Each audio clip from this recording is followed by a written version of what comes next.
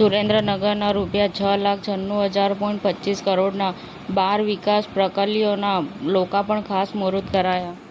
વડાપ્રધાન શ્રી નરેન્દ્ર મોદીએ કહ્યું કે અહિલ્યાબાઈ હોલકરનું નામ સાંભળીને મનમાં શ્રદ્ધાની ભાવના જાગે છે. તેમના મહાન વ્યક્તિત્વ વિશે કહેવા માટે શબ્દો ઓછા પડે છે.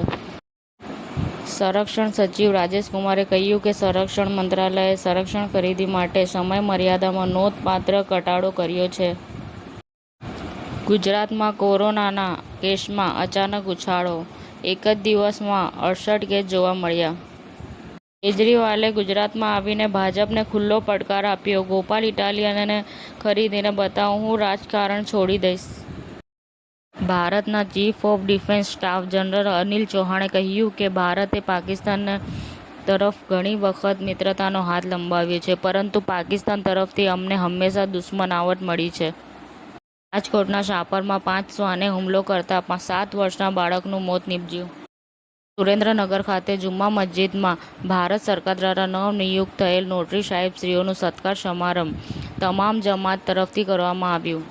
અમરેલીના દલિત યુવકની હત્યાના ઘટનાના પગલે રેન્જ આઈજી અમરેલીમાં રેન્જ આઈજી ગૌતમ પરમાર દ્વારા ઘટના સ્થળની મુલાકાત લીધી. હિમાચલમાં ઓરેન્જ એલર્ટ, રાજસ્થાનમાં વાવાઝોડા અને વરસાદની આગાહી કરાઈ. સમાચાર ટુડે ન્યૂઝ ચેનલની ટીમ અને જે સત્ય છે તે જ બતાવશે. આપ જોતા રહો સમાચાર ટુડે ન્યૂઝ ચેનલ. ગુજરાતની ધરતીનું ગુજરાતીઓ માટે જ, એટલે કે સમાચાર ટુડે ન્યૂઝ. અમારી સમાચાર ટુડે ન્યૂઝ ચેનલને લાઈક કરો, શેર કરો અને સબસ્ક્રાઇબ કરો અને જોડાયા રહો સમાચાર ટુડે ન્યૂઝ ચેનલ સાથે.